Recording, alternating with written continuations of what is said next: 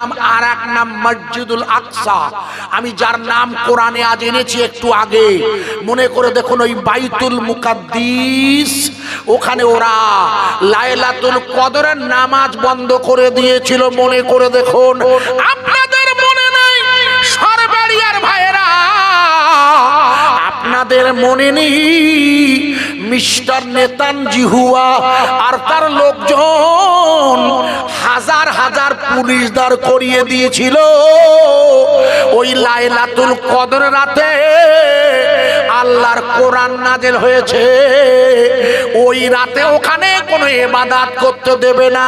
কিন্তু আপনারা মনে করে দেখুন 2025-এর 27শে রমজানুল মুবারকে ইসরাইল আর আমেরিকার সেনাবাহিনীকে উপেক্ষা করে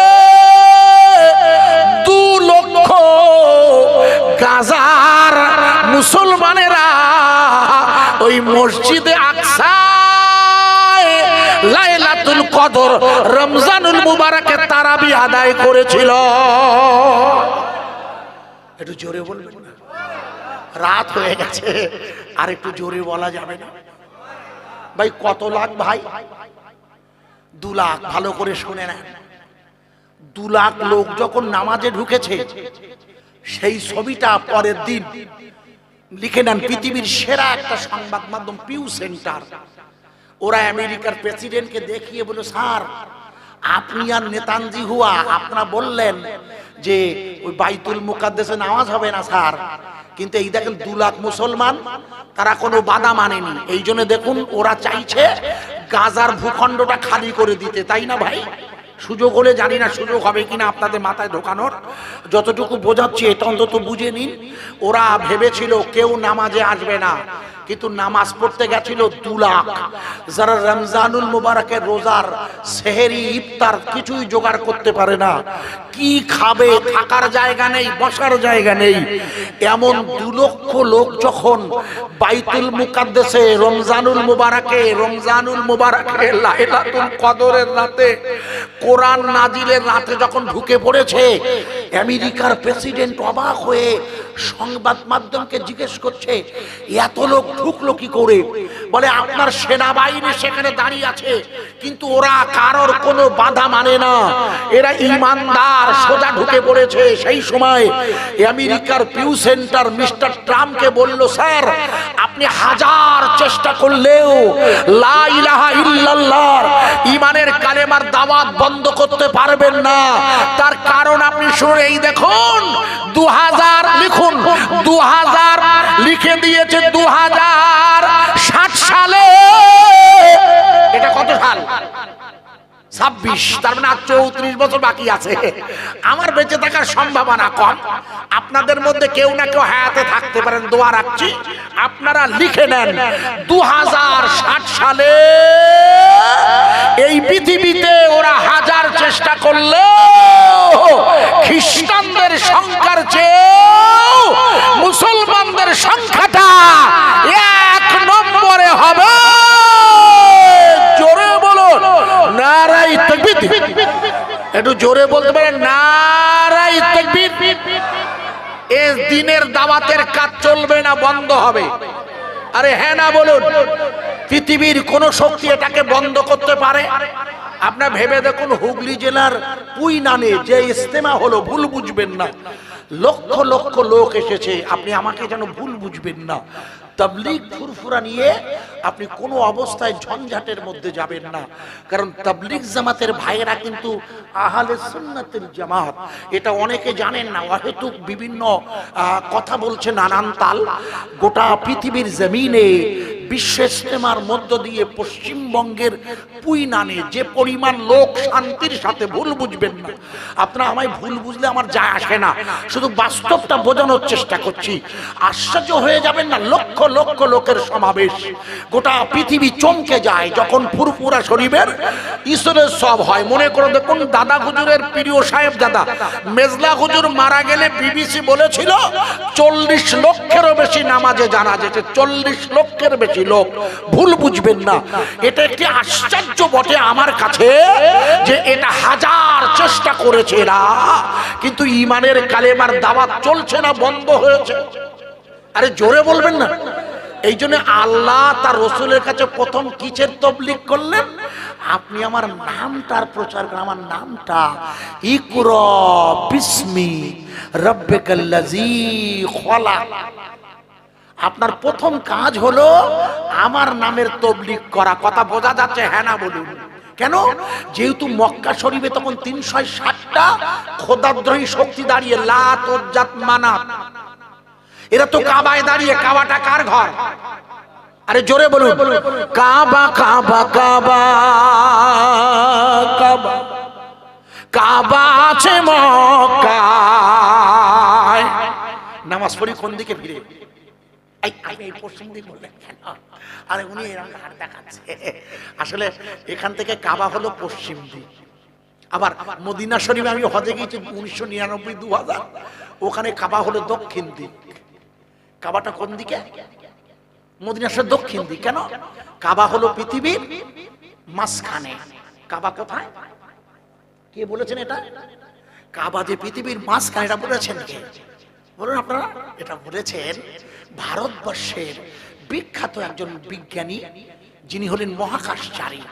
যদিও এরা মহাকাশের প্রথম আকাশটাই ঘুরেছে শুধু, আরগুলো যেতে পারেনি। যদিও তা না যেতে পারলেও এই মহিলার নামটা আপনাদের জানা। এর নাম হচ্ছে সুনিতা রানী উইলিয়ামস।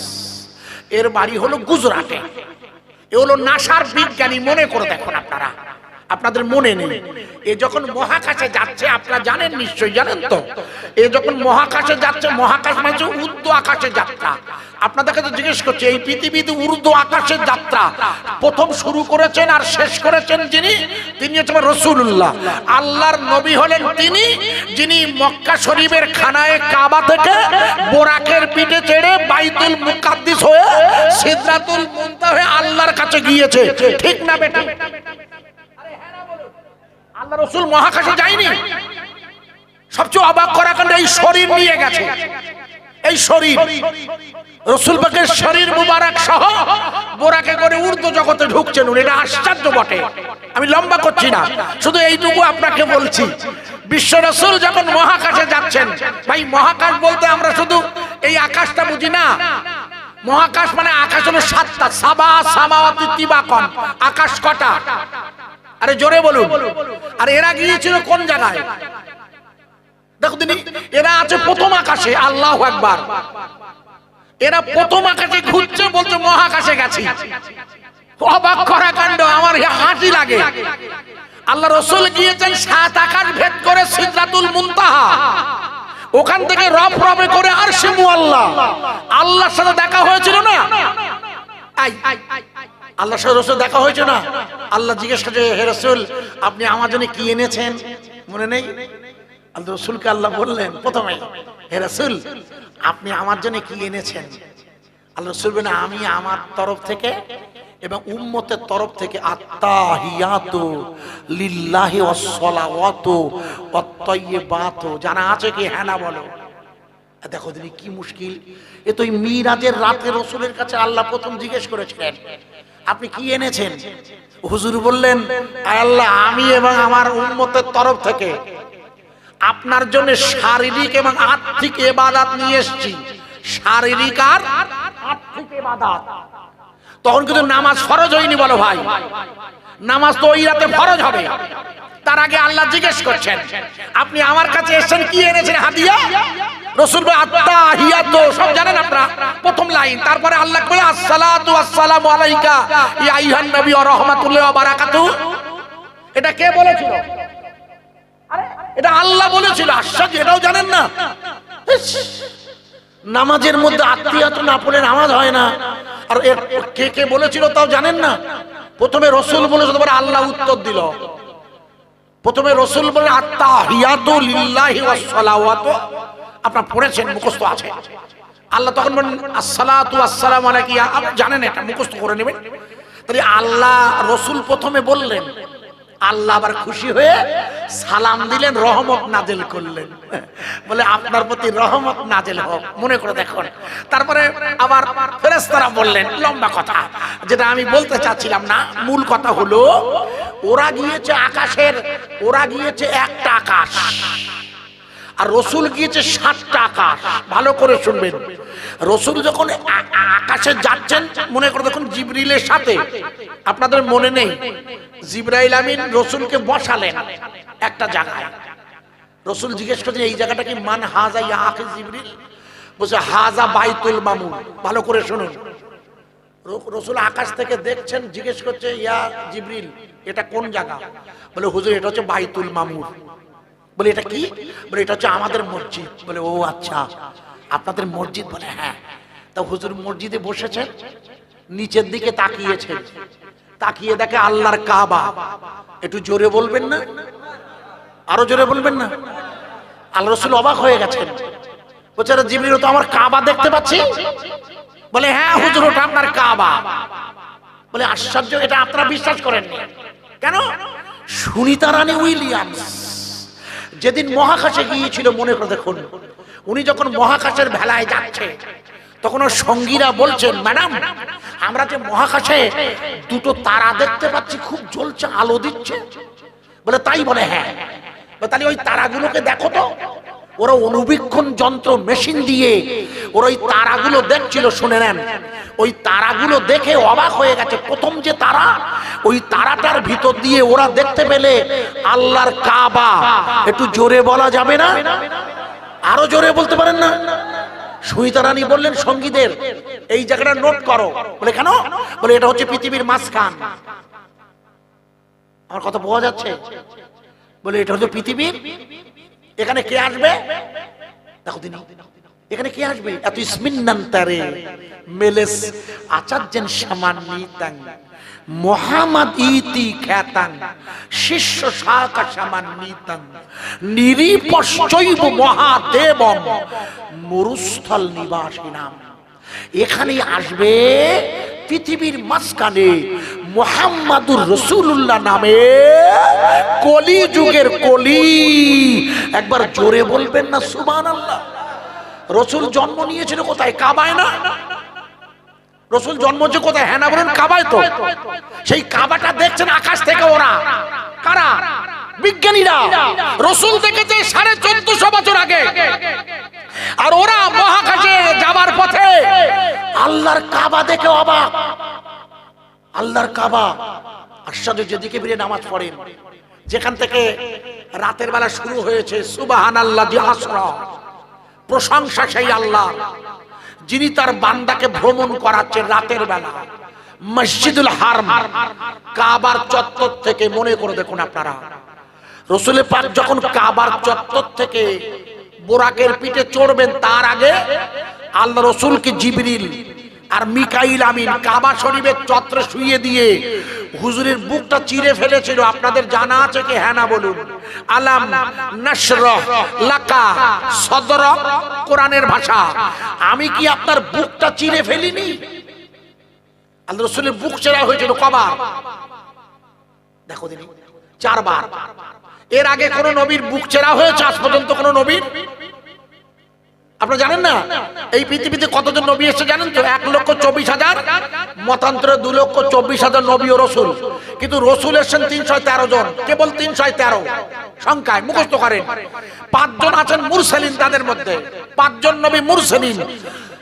মুসা আলাইহিস সালাম মুরসালিন নবী। যাই হোক, এই 5 জন সহ 313 জন রসুল। কিন্তু আল্লাহ পাক কোন রসুলের বুক চিরিনি, শুধু আমার রসুলের বুক চিরেছিল। চিরে কি বার করেছিল? বাম স্তনের দুধের নিচ থেকে কলব নামের এক টুকরা গোশ বার করেছিল জিবরিল। মনে করে দেখুন, আল্লাহর নবী 4 বার সিনা চাক হয়, 4 বার, 1 বার না। প্রথমবার হয় তখন ওনার বয়স 2 থেকে 4, মাহারিবার বাড়ি। দ্বিতীয়বার যখন হয় সিনা চাক, মানে বুকটা চিরে ফেলা, কলবটাকে ধুয়ে ফেলা, যেখানে কোরআন সংরক্ষণ হবে। বোঝা যাচ্ছে কি বক্তৃতা? নালে মুশকিলে পড়ে যাব। ওই জায়গাটা 4 বার ধুয়েছিল আল্লাহ জমজমের পানি দিয়ে। জোরে বলুন সুবহানাল্লাহ। 1 বার না, 4 বার ধুয়েছে। প্রত্যেকবার কলব বার করেছে জিবরিল। আর হাত দিয়ে জমজমের পানি দিয়ে ধুয়ে ফেলেছে, তাহলে কলবে কি গুনাহ ছিল? না। ওই কলবটা তৈরি হচ্ছে এমন ভাবে করতে হচ্ছে আল্লাহকে যাতে আরশে মুআল্লায় যেতে পারে। এই শরীর নিয়ে যেতে গেলে তার কিছু উপাদান লাগে। আমার কথা বোঝা যাচ্ছে? এই জন্য আল্লাহ রসুল ছিলেন পূর্ণ নূরে মুজাসসাম, রসুল ছিলেন নূর। মা আমেনাতু জোহরা বলেছেন, যেদিন আমার ছেলে হয়েছে, বুখারীর হাদিস, আমি নিজের চোখে দেখলাম আমার ছেলে হয়েছে, ও আমার ছেলে নয়, যেন একটা নূরের দোলা, আর ওই নূরের আলোয় আমি শাম আর সিরিয়া দেখতে পেয়েছিলাম। একবার জোরে বলবেন না সুবহানাল্লাহ? মা আমেনা বলেছেন, কোথায় মক্কা আর কোথায় শাম আর সিরিয়া? ভেবে দেখুন, মক্কায় বসে মা আমেনা রাসূলের নূরের আলোয় শাম আর সিরিয়া দেখছেন। মা আমেনা বললে, আমার মনে হচ্ছে আমি আর একবার ছেলেটাকে দেখি, আমার ছেলেটাকে আর একবার দেখি, নূরের এই ছবি, নূর নূর নূর, এটাকে আর একবার দেখি। রাসূলের আম্মা বলেছেন, আমি দেখতে গিয়ে দেখি রোম সম্রাটের দরবার। আশ্চর্য, কোথায় মক্কা আর কোথায় রোম? মক্কা থেকে রোমের দূরত্ব 25,000 কিলোমিটার। মক্কা থেকে রোমের দূরত্ব কত? আমাদের এই সরবেরিয়া থেকে মক্কার দূরত্ব কত কিলোমিটার জানেন না? 6,500, তার বেশি না। ও ভাই, মক্কা থেকে রোমের দূরত্ব 25,000 কিলোমিটার, তার 6,500 হলো আমাদের ভারত। এর মধ্যে ভারতটা পড়ছে। এই রসুলের নূরের তাজাল্লি লক্ষ্য করার, বোঝার চেষ্টা করুন। মক্কায় দেখছেন মা আমেনা 25,000 কিলোমিটার, সেই রোম পর্যন্ত 25,000। একটু জোরে বলবেন না সুবহানাল্লাহ? সেই রসুলকে উচ্চ জগতে নিয়ে যেতে হবে, নিয়ে যাবে আল্লাহ। এমন একজন ব্যক্তি, একজন মানুষকে নিয়ে যাবে। সুনিতা রানীর তো অবাক, ওরা তো শরীর নিয়ে যাচ্ছে বোরাকে করে নয়, রসুল বোরাকে, একটা জন্তু, জান্নাতি পশু, ভাববার ব্যাপার। জিবরিল আমিন আলাইহিস সালাম রাসূলের বুকটা চিরে ফেললেন। এটা শেষ চেনা। চতুর্থবার, প্রথমবার মা হালিমার ঘরে, দ্বিতীয়বার হযরত আবু তালেবের সাথে বাণিজ্যে যাওয়ার পথে, তৃতীয়বার গারে হিরায়, যেদিন কোরআন নাযিল হয়েছিল, লাইলাতুল কদর রাতে রাসূল যেদিন নবী হয়েছিলেন সেই দিন। এটা গেল 3। আর 4 হচ্ছে যে রাতে আল্লাহ নামাজ ফরজ করবে। রাসূল পাকের যে রাতে নামাজ ফরজ হবে সেই রাতে আল্লাহ বুকটা চিরেছিল, শুনে নেন। চুরে কলবটা বার করেছিল, করে জমজমের পানি দিয়ে ধুয়ে দিয়েছিল। ধুয়ে ওখানে জান্নাত থেকে সোনার পেয়ালায় ঈমান আর এলেম এনে হুজুরের বুকের মধ্যে ঢুকিয়ে দেওয়া হয়েছিল। কথা বোঝা যাচ্ছে কি? কি দেয়া হয়েছিল? ঈমান। এটা বুকের মধ্যে। তার রাসূল কি ঈমান ছিল না? না। এই ঈমানটা এমন যে ঈমান দিয়ে রাসূল আল্লাহকে দেখবে। এখনো তো আল্লাহর সাথে রাসূলের দেখা হয়নি, তাই দেখতে গেলে বিশেষ বস্তু লাগে। কথা বুঝতে পারছেন না? আল্লাহ পাক তার রাসূলের সাথে দেখা করবেন, যেটা মুসা নবীর সাথে হয়নি, অন্য কোন নবী দাবিও করেনি, শুধু মুসা নবী দাবি করেছিল। আল্লাহ বলে হবে না, লান তারানি। আর রাসূলকে বলেন আমার সাথে দেখা হবে। রাসূলকে নিতে পাঠালেন জিবরিলের দ্বারা, আর নিয়ে যাওয়ার আগে তার বুকটা চিরে ফেলে, লাশ বুক চিরে ওখানে জান্নাতের পেয়ালায় সোনার রাসূলের কলব বার করে ধুয়ে ফেললেন জিবরিল আমিন জমজমের পানি দিয়ে। ভালো করে শুনে নিন, কোষ দিয়ে ওটা ধুয়ে দেবার পর আবার ঢুকিয়ে দিলেন নূর দিয়ে, ঈমান দিয়ে ঢুকিয়ে দিয়ে এবার রাসূলকে নিয়ে যাবেন। সুনিতা রানী বলেছেন, আমি যখন মহাকাশে উঠছি, ওই প্রথম তারার ভিতর দিয়ে আমি সেই রাসূলের মক্কার জন্মর ভিটে দেখতে পেয়েছি। মক্কা ওটাই হচ্ছে পৃথিবীর মাঝখান, ওখানেই মুহাম্মাদুর রাসূলুল্লাহ জন্ম নিয়েছে। একটু জোরে বলা যাবে না সুবহানাল্লাহ? ভাই, যেখানে রাসূল জন্ম নিয়েছে মক্কা, সেই মক্কাটা ভালো করে ওয়াজ বুঝবেন, ভুলে গেলে মুশকিলে পড়বো। কোরআন নাযিল হয়েছিল প্রথম সেই মক্কায় না ভাই? কোরআন প্রথম নাযিল হয় মক্কায় না? গারে হিরাটা কোথায়? আরে মক্কা শরীফ থেকে 3 কিলোমিটার দূরে না, 1.5 থেকে 2 কিলোমিটারের মধ্যে গারে হিরা, কাছাকাছি। ওইখানে কোরআন নাযিল হচ্ছে। লক্ষ্য করুন, বোঝার চেষ্টা করবেন, আশা করে মাথায় ঢুকবে। ছোট্ট করে বলছি, আপনাদের লেখাপড়া জানা আছে বলে জিজ্ঞেস করছি, বলুন তো, এই আমাদের দেশের যে মেয়েটার নাম করছিলাম মহাকাশে গিয়েছে, এই মেয়েটার আগে আমাদের দেশের আর একটা মেয়ে মহাকাশে গিয়েছিল, নাম জানেন তার? লিখেন, তার নাম হচ্ছে কল্পনা চাওলা। কি নাম? মুখস্থ করে সরবেরিয়া। এখানে আন্নুর মিশন আছে না, কাল সকালে জিজ্ঞেস করবেন। মেয়েটার নাম কল্পনা চাওলা। ওরা মহাকাশে ছিল 6 মাস। মহাকাশ থেকে ফেরার পথে ওদের মহাকাশ ভেলাটা অ্যাক্সিডেন্টে নষ্ট হয়ে যায়, ওরা সব মারা যায়। ভালো করে শোনেন, যখন ওরা মারা গেল তখন আমেরিকার প্রেসিডেন্টের নাম হচ্ছে বারাক হোসেন ওবামা। এর আগে জো বাইডেন আগে যিনি ছিলেন, তারপর ট্রাম্প এসেছে 8 বছর আগে। মুখস্থ করে আমেরিকার প্রেসিডেন্ট, ভালো করে শুনবে, রাত হচ্ছে। ওই মেয়েটি মহাকাশে যাবে বলে আমেরিকা বললে, ওই মেয়েটি বললেন আমরা মহাকাশে যেতে পারি, যাওয়ার আগে আমাদের একটা কাজ করতে হবে। বলে কি কাজ? বলে আগের বারে যারা মহাকাশে গিয়েছিল কল্পনা চাওলারা, ওরা ফিরে আসার পথে ওদের প্লেন ভেঙে গেছিল। ওদের প্লেনটা ভেঙেছিল কেন? 6 মাস মহাকাশে খাওয়া দাওয়া করেছে, পেশাব পায়খানা করেছে, প্লেনটা ভারী হয়ে গেছে। প্লেন ভারী হয়ে গেছে বলে সময় এ রাখতে পারেনি, ল্যান্ড করার আগে মারা গেছে। তাহলে কি করতে হবে? তাহলে আপনাকে একটা কাজ করতে হবে, এমন খাবারের ব্যবস্থা করতে হবে যে খাবার খেলে পেশাব পায়খানা হয় না। ভালো করে শুনবেন, যে খাবার খেলে কি হয় না? পেশাব পায়খানা হয় না। আমেরিকার বিজ্ঞানীর দাবি শুনে মিস্টার জো বাইডেন বলছে, কি বলে কি এরা? বারাক হোসেন ওবামা বলছে এরা বলে কি, পৃথিবীতে এমন কোনো খাবার আছে হ্যাঁ যে খাবার খেলে পেশাব পায়খানা? সব খাবারে পেশাব পায়খানা হয় না। আরে আমার কথা বোঝা যাচ্ছে? সব খাবার খেলে পেশাব পায়খানা হবে?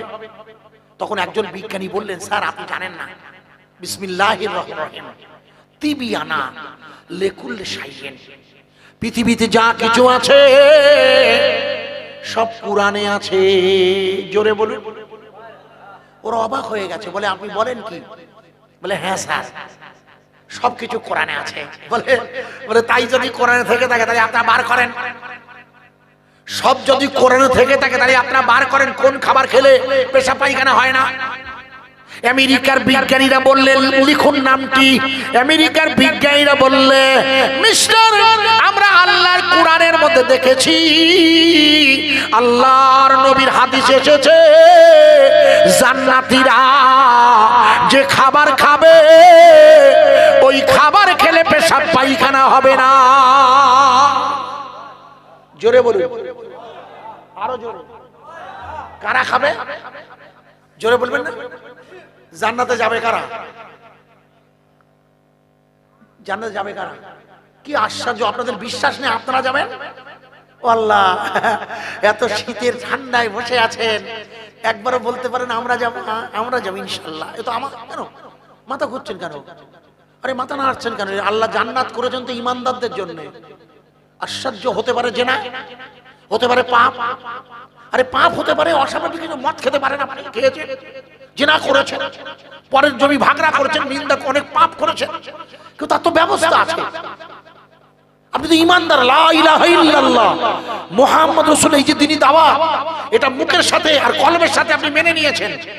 মুখ দিয়ে বলেছেন লা ইলাহা ইল্লাল্লাহ, কলব দিয়ে বলেছেন তাসদিক বিল কলব লা ইলাহা ইল্লাল্লাহ, আপনি তো ইমানদার।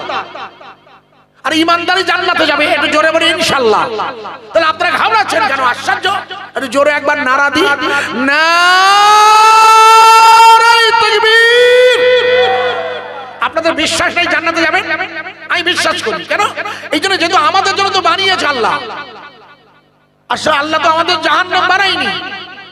উফ, যেহেতু আল্লাহ বলেছেন জান্নাতে যাবেন, তাই আপনি ঘাবড়াচ্ছেন কেন? আমি বুঝলাম না।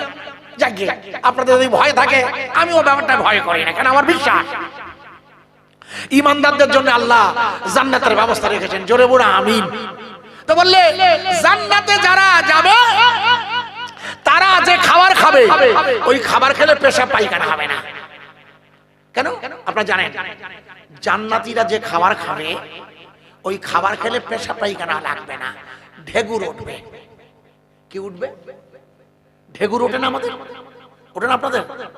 তো ঢেগুর উঠলে আপনার হজম হয়ে যাবে।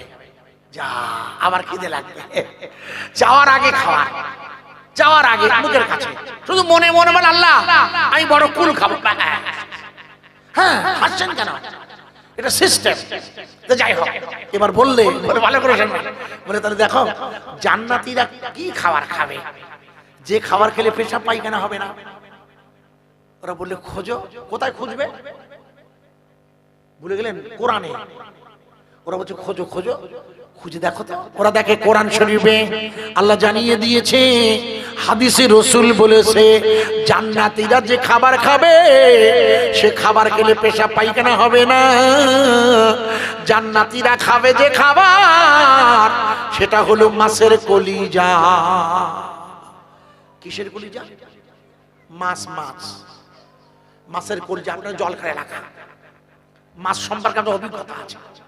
আপনার কোনোদিন কোনো মাছ বেছেছেন? কোনো মাছ বাছেননি? বেছে দেখবেন যেখানে পিত্তি আছে না, পিত্তির পাশে দেখবেন ছোট্ট একটা সবুজ কালার পিত্তি, তার পাশে একটা আছে দেখবেন খয়েরি রঙের, ওরির নাম হচ্ছে কলিজা।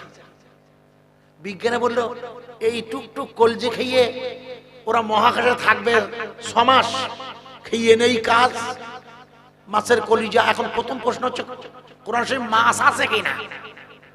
কোরআনুল কারিমে মাছ আছে কি আগে দেখা দরকার। আছে কি? আপনার মনে করে দেখুন, নমরুদ যখন আল্লাহকে মারতে গিয়েছিল, মনে আছে? এই নমরুদ আল্লাহকে মারতে গিয়েছিল, যখন আল্লাহকে মারবে তীর ছুঁড়েছে নমরুদ, জিবরিল তীরটা ধরেছিল। আল্লাহ বলেন জিবরিল ওতে রক্ত লাগিয়ে দাও। মনে করে তখন জিবরিল দুনিয়ায় রক্ত চেয়েছিল, কেউ দেয়নি, মনে নেই? দেবে কে? তখন শুধু ইব্রাহিম নবী একা, লোকজন নেই ইমানদার, সব তো নমরুদের দল। তখন আল্লাহ বলেন ওতে রক্ত লাগাও, না তো বুঝবে কি করে যে আল্লাহকে মেরেছে। তা কে দেবে রক্ত? মনে করে দেখুন, প্রথমে বেলে মাছ বলেছিল আমি রক্ত দেবো আল্লাহ। মনে করে বেলে মাছ রক্ত দিয়েছিল। এবার আবার তীর মেরেছে, নমরুদ বলছে আল্লাহকে মারিছি, আল্লাহকে মেরেছে, আবার মার আর একটা। যেই আর একটা তীর মেরেছে আল্লাহ বলে জিবরিল ধরো, ও আবার মেরেছে। বলে আল্লাহ মেরেছে এইবার রক্ত, বলে আবার যাও দেখো কে দেয়। মনে করে দেখুন চিংড়ি মাছ তখন বলেছিল আল্লাহ আমি রক্ত দেব। এই যে দেখবেন বেলি মাছ চিংড়ি মাছের গায়ে দেখবেন কোনো রক্ত নেই। মনে করে দেখুন আপনারা, বেলি মাছ চিংড়ি মাছের রক্ত আছে? আপনার নিশ্চয়ই জলকার এলাকার লোক। আর আমাদের ইটিন্ডে নদী, প্রচুর মাছ বেলে মাছ পাওয়া যায়, তাতে কোনো রক্ত নেই। তার মানে কি বোঝার চেষ্টা করবেন? তার মানে হচ্ছে আল্লাহর শুকর আদায় করছে। আমি কেন জানেন, এই মাছ যদি রক্ত না দিত তাহলে আমাদের জন্য বিপদ ছিল। বিপদটা কি? মনে করে দেখুন আমাদের জন্য ওই মরা পশু কোনো মরা জীবজন্তু খাওয়া যায় আছে? একমাত্র মাছ ছাড়া। মাথা নাড়ছেন কেন? তাহলে মাছ খাওয়া মাথা নাড়ছেন কেন? মাছ খাওয়া ছাড়া আর মরা যাওয়া খাওয়া যায় না কেন? মাছ আমাদের উপকার করেছিল আল্লাহর ওহি। আল্লাহ বলেন তুমি মারা গেলেও তোমারে খাওয়া হবে, অর্থাৎ মারা যাওয়ার পরও তোমার খাওয়া যায়। আমার কথা বোঝা যাচ্ছে কি? এই জন্য মাছ মারা গেলেও আল্লাহ শুকর আদায় করছি। সেদিন যদি ওই মাছেরা, কোরআনের এই আয়াতের তাফসীরে এসেছে, ভালো করে শুনুন, তাহলে মাছ কোরআন শরীফে আছে, কিন্তু সব ছোট ছোট। যে মাছ এত সরু বাচ্চা যে তার কলিজায় এতদিন থেকে থাকা যাবে না, উনি তখন বললেন একটা কাজ করো। বলে কি কাজ? বলে দেখো তো কোরআন শরীফে কোনো বড় মাছ আছে কিনা। কোরআন শরীফে দেখো তো, খোঁজো, দেখো না। তোরা খুঁজে খুঁজে দেখে কোরআন শরীফে। মনে করে দেখুন সুলাইমান আলাইহিস সালাতু ওয়াস সালাম বাইতুল মুকাদ্দাস বানিয়েছিল কে? আরে মসজিদে আকসা সুলাইমান নবী বানিয়েছিলেন না? শুধু সুলাইমান নবী বানাননি, অবাক হয়ে যাবেন, জেনেরা ওনাকে সাহায্য করেছিলেন। মনে কথা জেনেরা সাহায্য মানে কি? উনি মারা গেছেন লাঠিতে ভর দিয়ে, তবু জেনেরা মনে করছে বেঁচে আছেন বলে একটার পর একটা পাথর বসাচ্ছিল জেনেরা বাইতুল মুকাদ্দাস, যেটার কথা বলছিলাম ভাই। তো জেনেরা এই সুলাইমান আলাইহিস সালাম যখন মসজিদ বানালেন, সুলাইমান আলাইহিস সালাম আল্লাহর খুব প্রিয় রাসূল ছিলেন। উনি বলেন আল্লাহ আমার মন চেয়েছে এক সাজ আমি আপনার লোকজনের খাবো। আল্লাহ বলেন পারবে না, তুমি চান্স নিও না, পারবে না। বলে আল্লাহ একটা সাজ, আপনি যদি দয়া করে একটা সাজ আমায় খাওয়ার সুযোগ করে দেন। মনে করে দেখুন নবী সুলাইমান আলাইহিস সালাতু ওয়াস সালাম উনি রান্না করেন 8.5 মাস ধরে, 8.5 মাস 9 মাস বড় বড় হাড়িতে রান্না হয়েছে। সাগর থেকে একটা মাছ উঠেছে, মাছটা উঠে সুলাইমান নবীর কাছে গিয়ে সালাম দিয়ে বলছে, হুজুর শুনলাম আপনি নাকি আজ খাওয়াবেন। বলে হ্যাঁ খাওয়াবো। বলে তাহলে আপনি আমাকে একটু কিছু খেতে দেবেন আগে। বলে আরে দাঁড়ান না, লোকজন আসুক, সময় হোক। বলে লোকজন আসবে কি, আপনি আগে আমার একটু দেন, আমি একটু চেক করি। তুমি কি চেক করবে? দাঁড়াও, রান্না হয়ে গেছে। বলে একটু দেন। মনে করে দেখুন, চেক করার নামে ওই 8.5 বছর মাস ধরে যে রান্না হয়েছিল, উনি এক গালের মধ্যে পুড়েছিল। সুলাইমান নবী অজ্ঞান হয়ে পড়ে গেল। জ্ঞান ফিরেছে যেই, মাছটা বলছে আপনি আমাকে আর এক শ্বাস খেতে দেন। বলে কেন? বলে নবী আল্লাহ আমাকে 3 গাল খেতে দেয়, আপনি তো 1 গাল দিয়েছেন, তাতেই আপনার এই শেষ। বলে 3 গাল খাও ডেলি? বলে হ্যাঁ আমি 3 গাল খাই। সুলাইমান নবী বলে আল্লাহ আমি আর জীবনে পাল্লা দেব না, আল্লাহ এ আমার শেষ, আল্লাহ আপনি আমার ক্ষমা করেন আল্লাহ। ভালো করে শুনেন, আমেরিকার বিজ্ঞানীরা বলে, আমার ওয়াজ বোঝা যাচ্ছে? বুঝতে পারছেন কি? আমেরিকার বিজ্ঞানীরা বলে শোনো, এই মাছ হচ্ছে তিমি মাছ, আটলান্টিক মহাসাগরে পাওয়া যায়। এই মাছ ধরতে হবে। এই মাছ যেমন বড়, এর কলজেটাও বড়। সুতরাং এই মাছ ধরতে পারলে ওদের খাবার দেওয়া যাবে। আমার কথা বোঝার চেষ্টা করবে। এরা মহাকাশে যাচ্ছে, রসুলের বিরুদ্ধে মহাকাশচারী সাজবে, আর সাহায্য নিচ্ছে কার? কার? বাহ, ভালো বুঝেছেন তো? সাহায্য নিচ্ছে কোরআনের। বাহ, সুন্দর। রাত হলেও আপনারা যা বুঝছেন, আমি খুব আল্লাহ সাহায্য নিচ্ছে না কোরআনের, যাবে রসুলের বিরুদ্ধে, আর সাহায্য নিচ্ছে কোরআনের। বোঝা যাচ্ছে? অবাক হয়ে গেলে আমেরিকার প্রেসিডেন্ট বারাক হোসেন ওবামাকে চিঠি দিলেন, বলে আপনি 100 তিমি মাছ ধরেন। বলে মাথা খারাপ, 100 তিমি মাছ ধরে কেস হয়ে যাবে আমার নামে, এটা নিষিদ্ধ প্রাণী, এটা একে ধরা যাবে না। যেমন হরিণ সুন্দরবনের বাঘ, এরে মারা যাবে না, আমি পারবো না। কংগ্রেসে বিল এনে 100 বড় বড় তিমি মাছ ধরে তাদের কলিজা, এবং জান্নাতের একটি খাবার হচ্ছে কুল, সেই কুল, বড় বড় কুল শুকিয়ে, জান্নাতের ওই কলিজা শুকিয়ে এক রকমের বিস্কুট তৈরি করলেন আমেরিকা। যে বিস্কুট নিয়ে ওরা মহাকাশে যাচ্ছে।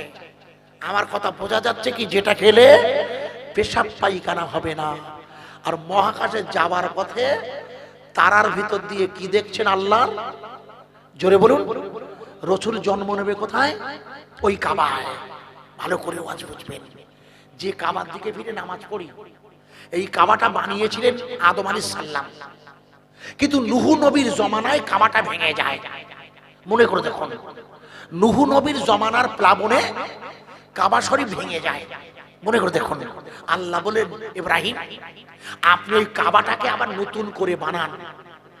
ইব্রাহিম আলাইহিস সালাম বলে আল্লাহ এই কাবাটা আবার নতুন করে বানাবো। বলে হ্যাঁ আপনি বানান। মনে করে দেখুন, যে কাবার দিকে ফিরে নামাজ পড়ি, যে কাবা থেকে রাসূল মিরাজে যাবে, সেই কাবা শরীফটাকে ইব্রাহিম নবী আর তার ছেলে ইসমাইল আলাইহিস সালাতু ওয়াস সালাম বাবার বেটা দুজনে মিলে যখন আল্লাহর কাবাটা বানালে, আল্লাহ বললে ইব্রাহিম ইব্রাহিম আপনি কাবায় দাঁড়িয়ে হজের দাওয়াত দেন। কিসের দাওয়াত? ইব্রাহিম নবী বলেন আল্লাহ এখানে লোক নেই, জন নেই, আছি তো আমি, আমার স্ত্রী, আমার ছেলে, এখনো কোনো লোকজন নেই, হজে যাবে কারা? আপনি হজের কথা বলছেন, হজ করবে কে? আল্লাহ বলেন আমার কাবা তোয়াফ হবে, আপনাকে দাওয়াত দিতে বলছি, দেন। আমার কথা বোঝা যাচ্ছে? একটু প্রশ্ন করছি, এক লাইন একটু বলবেন। বলুন তো, হজ ফরজ হয়েছিল, হজ ফরজ হয়েছিল কত তারিখে আর কার উপরে? বলতে পারেন আপনারা? পারবেন? আমি সংক্ষেপে বলে দিচ্ছি। হজ ফরজ হয়েছিল আল্লাহর নবীর উপরে। লিখুন, সেটা হচ্ছে 9 হিজরিতে প্রথম রসুল হজ করেন। 9 হিজরিতে জীবনে হুজুর একটাবার হজ করেছেন। আচ্ছা আপনারা বলুন, হজ করবে উম্মতে মুহাম্মাদি, হজ করবে রসুলে পাক, আর হজের দাওয়াত দিচ্ছে ইব্রাহিম আলাইহিস সালাম, লাব্বাইক আল্লাহুম্মা লাব্বাইকা লা শারীকা লাকা লাব্বাইক। ইব্রাহিম নবী দাওয়াত দিচ্ছে হজ করব আমরা। একবার জোরে বলুন, আরো জোরে বলতে পারেন না? কারণ ইব্রাহিম নবীর উম্মতরা হজ করেননি, ফরজ হজ। আমরাই ফরজ হজ করব। তবে দুর্ভাগ্য, বর্তমান কেন্দ্রীয় সরকার এত পরিমাণ হজের খরচা বাড়িয়ে দিয়েছে, 7 লাখের মতো আনুমানিক, যার ফলে পশ্চিমবঙ্গের হজের কোটা পড়ে না। আপনাদের কাছে অনুরোধ রইল, যদি ফরজ হতে নাও যেতে পারেন, অন্তত একটা বার সুন্নত হজ উমরা একটা বার চেষ্টা করবেন। আল্লাহর কাবা আর রাসূলের রওজা দেখার জন্য নিয়ত করুন। অন্তত উমরা হজে আল্লাহ নিয়ে যান। ফরজ হজের অর্থ খুব বেশি সম্ভব নয়। জানেন না, বিগত কয়েক বছর ধরে পশ্চিমবঙ্গের হজের কোটা পড়ছে না। এবছর পশ্চিমবঙ্গের হজের কোটা ছিল 18,800, 5,000ও পড়েনি খোকা। 5,000 হজ যাত্রী হয়নি এবার। আপনি জানেন না, পশ্চিমবঙ্গের কথা বলছি, যেটা বলছিলাম ভুলে যাবেন আপনারা। নবী করিম সাল্লাল্লাহু আলাইহি ওয়াসাল্লাম হজ করবেন, আর হজের দাওয়াত দিচ্ছে ইব্রাহিম আলাইহিস সালাম। বোঝা যাচ্ছে কি? হ্যাঁ না বলুন? কাবা শরীফে দাঁড়িয়ে হজের দাওয়াত দিচ্ছে। আল্লাহ বলেন, ইব্রাহিম আপনাকে আর একটা কাজ করতে হবে। ইব্রাহিম নবী বলছে, আল্লাহ আমি তো আপনার সব কথা শুনেছি, আমি করিনি কোনটা? আমি আমার ছেলেকে জবে করতে নিয়ে গেছি। আপনি বলুন আমি শুনিনি কোন কথা? আমাকে নমরুদ আগুনে ফেললে আমি আপনার কথা মতন চুপচাপ থাকলাম। বলুন আমি আপনার কথা শুনিনি? আল্লাহ বলে, ইব্রাহিম তাহলে আপনি আমার আর একটা কথা শুনবেন। ইব্রাহিম নবী তখন বললেন, আল্লাহ তাহলে আমার একটা কথা আপনার শুনতে হবে, খুব ভালো করে বুঝবেন। ইব্রাহিম নবী বলছেন, আল্লাহ আমি আপনার সব কথা শুনবো। বলেন আমার আর একটা কথা শুনতে হবে। বলে তাহলে আপনাকে আমার একটা কথা শুনতে হবে। আল্লাহ বলে, ইব্রাহিম তাহলে আপনার কথা না আগে বলুন? ইব্রাহিম নবী বলে, না আল্লাহ আগে আপনার কথাটা বলুন, আপনি আগে পরে আমি। ইব্রাহিম সালাম বলেন, আল্লাহ আপনি বলুন কি করতে হবে? বলে কাবা শরীফ বানাতে গিয়ে যে পাথরগুলো রয়ে গেছে, একটু আগে মৌলানা সাইফুল্লাহ ভাই স্নো প্রতিম চাঁদা তুলছিলেন সিমেন্ট বা বিভিন্ন প্রকল্পের। তা যখন কোনো মিস্ত্রির কাজ হয় একেবারে কুড়িয়ে সব শেষ করা যায় না, থেকে যায় কিছু, কখনো কখনো কিছু সিমেন্ট কিছু বালি থেকে যায় না, কিছু সিমেন্ট কিছু বালি রয়ে গেছে। অর্থাৎ ওই সময়ের মশলা এখনকার ধরবেন না যেন আবার। আল্লাহ বলে, ইব্রাহিম আপনি এই পাথরগুলো এগুলোকে ছুঁড়ে ফেলে দেন। আল্লাহ রাসূল ইব্রাহিম আলাইহিস সালাম বললেন, আল্লাহ এ তো ছুঁড়ে যদি ফেলি তো আবার কাবায় গিয়ে পড়বে। আমার কথা বোঝা যাচ্ছে? মা হাজেরা বললেন, আল্লাহ যখন আপনাকে নির্দেশ দিয়ে ছুঁড়ে দিতে, আপনি কেন প্রশ্ন করতে যাচ্ছেন? আপনি শুধু প্রশ্ন করেন। বলে, হাজেরা তুমি ঠিক বলেছো, সত্যি তুমি ঠিক বলেছো।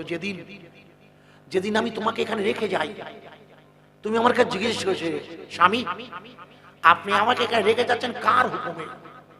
তাই বলেছিলাম, হাজেরা আমি তোমাকে রেখে যাচ্ছি আল্লাহর হুকুমে। তখন তুমি বলেছিলে, স্বামী আপনি নিশ্চিন্তে যান, আল্লাহ যদি আমাকে এখানে পাঠানোর হুকুম দেয় তাহলে আমার সবকিছুর দায়িত্ব হচ্ছে আল্লাহর। আপনি জানেন সেদিন আপনি চলে গেলে পানির জন্য, আমি যখন সাফার মারওয়া ঘুরছি, আল্লাহ ইসমাইলের পায়ের তলায় সরু পানির ঝর্ণা বার করে দিল, যে ঝর্ণার পানিটা আমি গিয়ে আটকে দিয়ে বর্তমানে যার নাম রাখা হয়েছে জমজম। একটু জোরে বলবেন না সুবহানাল্লাহ? মা ভালো করে শুনে নিন। মা হাজেরাতুল জোহরা বললে, আপনি তো সেদিন আমাকে একা রেখে গেছিলেন। ভাই ওয়াজ বোঝা যাচ্ছে কি? আপনি তোমার একা রেখে গেছিলেন, আর বাচ্চাটা কিছুই দেননি। সেদিন ওই জমজমের পানি, আপনার জমজমের পানি খেয়েছেন? খেয়েছেন? খেয়েছেন? আপনার কোথায় খেয়েছেন জানি না। হাজী সাহেবরা যে পানি দিয়েছে, যদি হাজী সাহেব বেশি পানি আনতে পারে তাহলে আপনাকে কিন্তু ভালো পানি, মিক্সড করা পানি দেবে না। কিন্তু হাজী সাহেব আনে তো অল্প পানি, 5 লিটার। ও পানিতে হাজী সাহেব চেষ্টা করবে একটু কলের পানি মিশাল দিতে, দোষ নেই, লোকজনের চাপ। এই জন্য আপনাদের একটা ঠিকানা বলে দিচ্ছি, যদি আল্লাহ নিয়ে যায় একটাবার যাবেন। সেটা হচ্ছে ভারতবর্ষের পাঞ্জাবের সিরহিন্দে। যদি কখনো আল্লাহ নিয়ে যায় গিয়ে দেখে আসুন, ওখানে কাইমে জামান ইমামে রব্বানি মুজাদ্দেদ আল পেসানি ঘুমিয়ে আছে। ওনার রওজা মুবারাকের পাশে গিয়ে দেখুন, এখন যার জমানা চলছে, এটা তো মুজাদ্দেদ আল পেসানির দ্বিতীয় হাজারের বছর চলছে এখন, জানেন না আপনারা? আশ্চর্য। মুজাদ্দেদ আল পেসানি পাঞ্জাবে যার রওজা, এটাও জানেন না?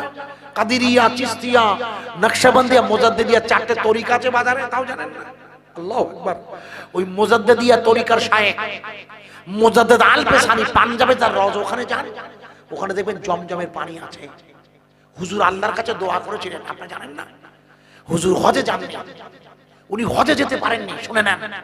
ওনার মুর্শিদ বলেছিল, বাবা নাম তার খাজা বাকি বিল্লাহ, দিল্লিতে যার রওজা খাজা বাকি বিল্লাহ বলে, আরে আহমদ সিরহিন্দি আপনাকে হজে যেতে হবে না, আপনি হজ আপনার বাড়িতে হবে। সত্যি ওই পাঞ্জাবের সিরহিন্দে কাবা শরীফে এসে হাজির, জানেন না? একটা 60 মিনিট ধরে উনি কাবা দেখেছিলেন, যেখানে দাঁড়িয়ে কাবা দেখেছিলেন। আল্লাহ যদি নিয়ে যায় গিয়ে দেখে আসবেন, ওখানে 2 রাকাত নফল নামাজ পড়তে, মাকামে নফল বলে লেখা আছে। উনি ওই মাকামে নফল ওখানে 2 রাকাত নামাজ পড়ার পরে আল্লাহর কাছে দরখাস্ত করে, আল্লাহ আপনি কি আমাকে একটু জমজমের পানি খাওয়াবেন না? আমি হজে যেতে পারলাম না। মনে করে দেখুন, পাঞ্জাবের সিরহিন্দ শরীফে মক্কার জমজমের পানির নাহার আল্লাহ পাক পৌঁছে দিয়েছে, গিয়ে খেয়ে দেখুন, আপনি আমাকে বিশ্বাস করবেন না হয়তো। কেন জাননি কখনো, তাই যেতে বলছি কেন? 2টো কারণে। প্রথম কারণ হচ্ছে, পাঞ্জাবের জমিনে নবী পাকের এক সাহাবার কবর আছে। ভারতবর্ষে আল্লাহর নবীর এক সাহাবার কবর আছে, জানা আছে কি? হ্যাঁ না বলুন, জানেন না? আল্লাহু আকবার। কিছুই জানেন না, মুশকিল যে আল্লাহর নবীর একজন সাহাবা, এই ভারতে তার কবর, সেটা হচ্ছে পাঞ্জাবের ভাতিন্দায়। তার রওজা মুবারক একটু দেখে আসুন, লেখা আছে তার নাম কবরের উপরে। আমি গেছি ওয়াজ করতে, রতন পণ্ডিত সাহাবা হুজুর তার নাম। তার নাম রতন পণ্ডিত, তিনি হচ্ছে সাহাবা, রাসূলকে দেখেছিলেন। আল্লাহু আকবার, জানেন না? যাই হোক, তো যেটা আপনাকে বলছিলাম ছোট্ট করে, আমি বিদায় নেওয়ার আগে যে জায়গা রাখছিলাম, বিশ্ব রাসূল সাল্লাল্লাহু আলাইহি সাল্লাম, ভাই ইব্রাহিম নবী বলে আল্লাহ, আল্লাহ বলেন ইব্রাহিম, না ঠিক আছে, হ্যাঁ ঠান্ডা ভাই, এক লাইনে শেষ করছি। সেটা হচ্ছে রাসূল পাক সাল্লাল্লাহু আলাইহি সাল্লাম, ভালো করে শুনবেন, ওই কাবা শরীফে যেখানটা দাঁড়িয়ে, এক লাইনে বলছি যে জায়গাটা কাবা শরীফ, ওইখান থেকে ইব্রাহিম নবী বললেন, আল্লাহ আমি কি করব? বলে আপনি খোয়াগুলো ছুঁড়ে ফেলে দেন, পাথরগুলো, মনে আছে বলছিলাম? উনি ওই পাথরগুলো ছুঁড়েছিল, ভালো করে শুনেন, ওই পাথরগুলো ছুঁড়েছিল যখন হাওয়ায় গোটা পৃথিবীর জমিনে পাথরগুলো ছড়িয়ে পড়েছিল। আর যেখানে যেখানে সেই পাথর পড়েছে, লিখে নেন, এটা দুর্বল সনদের রিওয়ায়াত, যেখানে যেখানে সেই পাথর পড়েছে সেখানে সেখানে একটা করে মসজিদ তৈরি হবে। সুতরাং ভারতবর্ষের জমিনে আপনাদের এই ফকির তকিয়ার এই মসজিদে পড়েছে ওই সেই পাথরটা, ভারতবর্ষ নয় গোটা বিশ্বের যেখানে যেখানে এই পাথর এসে পড়েছে সেখানে সেখানে একটা করে মসজিদ তৈরি হবে। হাজার চেষ্টা করলেও কিয়ামত পর্যন্ত যে সরকারি পৃথিবীতে আসুক, ডোনাল্ড ট্রাম্প হোক আর মোদিজিরা, হাজার চেষ্টা করে ওরা আল্লাহর ঘর ভেঙে দিতে পারে, ক্ষমতার জন্য বুলডোজার করে মসজিদ ভেঙে দিতে পারে, কিন্তু আল্লাহ কিয়ামত পর্যন্ত যেখানে যেখানে পাথর পড়েছে সেখানেই মসজিদ তৈরি হবে। একবার জোরে বলা যাবে না সুবহানাল্লাহ? আরো জোরে বলতে পারেন না? তাই মসজিদ মানেই কোরআন, ঠিক না ঠিক? মসজিদ মানে কোরআন না, মসজিদ মানেই তো কোরআন, মসজিদ মানেই হচ্ছে আলহামদুলিল্লাহি রাব্বিল আলামিন। কোরআন চলবে না, বন্ধ হবে। আরে চিল্লে বলুন, মসজিদ চলবে না, বন্ধ হবে। সুবহানাল্লাযী আসরা বিআবদিহি লাইলাম মিনাল মসজিদ, এই পবিত্র মসজিদ এই পৃথিবীর জমিনে কোন শক্তি ধ্বংস করতে পারে না। আমি গুনাহগার, আপনাদের কাছে সময়ের এই টাইমে, সত্যি ঠান্ডার সময়, আমি কৃতজ্ঞ যে আপনারা বসে আছেন। প্রিয় রাসূলের শানে মেহমানদারি করবে, একটু সালাতুস সালাম পড়ে, ইয়া নবী সালাম আলাইকুম। ইয়া রাসূল সালামুন আলাইকা। একটু এগিয়ে আসেন, আপনাদেরকে কোনো জোর জোর করে এত আপনারা সত্যি ঠান্ডার সময় যে আপনারা আছেন, আপনারা যে আছেন, যারা বাইরে যারা আছেন, বিরিয়ানির তাবারকের ব্যবস্থা হয়েছে ইনশাআল্লাহ। আমি নিজে খেয়েছি, ভারী সুন্দর মেহমানদারি করেছেন আমাদের মাওলানা মশিউর রহমান সাহেবের মানে গ্রুপ, অর্থাৎ হুজুরের সাথে যারা আছেন মনোহর সাহেবরা। আমাদের বুড়ির পুকুর পেরিয়ে জামপুরে বাড়ি মেহমান মনোহর সাহেবকে আমি দেখেই চিনতে পেরেছি না, আপনি এখানে? বলে আমি এখানেই আছি ইনশাআল্লাহ। আমাদের জামপুর বুড়ির পুকুর চেনেন আপনারা, সুন্দর করে আপনাদের সাথে দীর্ঘদিন ওনারা আছেন মাদ্রাসা মসজিদে। আমি গুনাহগার, আরো একবার গ্রামবাসীর কাছে আবেদন রাখছি, রাত 12টা অতিক্রম হয়ে গেছে, তাবারুকের ব্যবস্থা আছে, এসে দাঁড়িয়ে যাই। নবীজির রওজা মদিনা, হুজুরির দুধমা হালিমা, রসুলের আম্মা আমিনা। ওগো আল্লাহ, কবে যাব সোনার মদিনা? ইয়া নবী সালামুন আলাইকা, ইয়া রাসূল সালামুন আলাইকা, ইয়া হাবিব সালামুন আলাইকা, সালাওয়াতুল্লাহ আলাইকা। রজবের পূর্ণ চাঁদেতে হইলাম সব আমরা একসাথে, মাদ্রাসা মুহাম্মাদিয়ায় দাঁড়িয়ে সালাম জানাই নবীজির রওজাতে। ইয়া নবী সালামুন আলাইকা, ইয়া রাসূল সালামুন আলাইকা, ইয়া হাবিব সালামুন আলাইকা, সালাওয়াতুল্লাহ আলাইকা। সবাই বসে যায়। ইয়া রাব্বি সাল্লাল্লাহু দাইমান আবাদান আবাদা, भेजाए दुरूद सलाम बरगुज़ीदा नबी पर आपने मदा, बलागल उला बे कमालिही, कशाफत दुज़ा बे जमालिही, हसनत जामिउ खिसालिही, सल्लु अलैहि व आलिही। আপনাদের আমাদের মওলানা মশিউর রহমান সাহেব ভাই, উনি দোয়া করলে ভালো হতো, যেহেতু উনি মাদ্রাসার বা আপনাদের এই ম্যানেজমেন্টের অত্যন্ত গুরুত্বপূর্ণ, এবং আমার মনে হয় উনি দোয়া করলে ভালো হতো। হ্যাঁ, এ দেখেন আমি বলি শোনেন, মওলানা সাহেবজি দোয়া করলে ভালো হয়। হ্যাঁ, আমাকে করতে হবে? আচ্ছা দেখুন, হুজুর করলে ভালো হয়। কেন জানেন, আমি ওনাকে যদিও এর আগে দেখেছি, হয়তো মনে পড়ছে, কিন্তু মোবাইলে এতটুকু আলাপ হয়েছিল। খুবই রুচিশীল, শিক্ষিত এবং ভদ্র। আপনার কি বলেন? আমার মনে হয়। তো যাই হোক, আপনারা যখন বলছেন, আমি গুনাহগার, ছোট্ট করে প্রিয় রসুলের পবিত্রতম কোরআনুল কারীমের ছোট্ট একটা আয়াত এনেছিলাম, যতটুকু বলা গেছে শেষ করা যায়নি, যেহেতু সময়টা অতিক্রম হয়ে গেছে, যেহেতু কারণ উনি মহাকাশের দ্বিতীয় তারা। তারা দেখছেন, এক এক করে দেখবেন, একটা করে রসুলের ওই মিরাজের রাতের ইতিহাস আমি আপনাকে বলছিলাম ছোট্ট করে। হুজুর আসবেন, আমি করে দেবো? আচ্ছা হ্যাঁ হ্যাঁ হ্যাঁ, আচ্ছা আচ্ছা, এই সাইডে যারা আছে একটু বসে যাই। আর আমাদের কমিটি ভাইজান দোয়া শুরু হলে তাবারকটা দিয়ে দিই। সবাই হাত ওঠান, আল্লাহুম্মা আমিন। আল্লাহ, আমি গুনাহগার মোহাম্মদ আজিজুর রহমান, রাত 12টা তাহাজ্জুদের ওয়াক্ত শুরু হয়ে গেছে। এই সুন্দর সময়ে আমি এই পবিত্রতম মাদ্রাসার মসজিদের ইসরের সবে বসে দুটি নসিহত রাখছিলাম আল্লাহ, যে রাতে যে চাঁদে নামাজ এসেছে আল্লাহ, সেই প্রিয় রসুলের শানে দুটি নসিহত করছিলাম। বলার মধ্যে ভুল হয়ে যাবার 16 আনা সম্ভাবনা আল্লাহ। আল্লাহ যদি কোনো বেয়াদবি হয়ে যায় রসুলের শানে, আপনার কোরআনের শানে, আপনি মাফ করে দেবেন আল্লাহ। আল্লাহ এখানে অসংখ্য কোরআনের হাফেজ, তলাবুল ইলম মাদ্রাসার ছেলেরা, হুজুরদের মেহনত ভরা ভালোবাসা নিয়ে যারা আপনার কোরআন তেলাওয়াত করে আল্লাহ।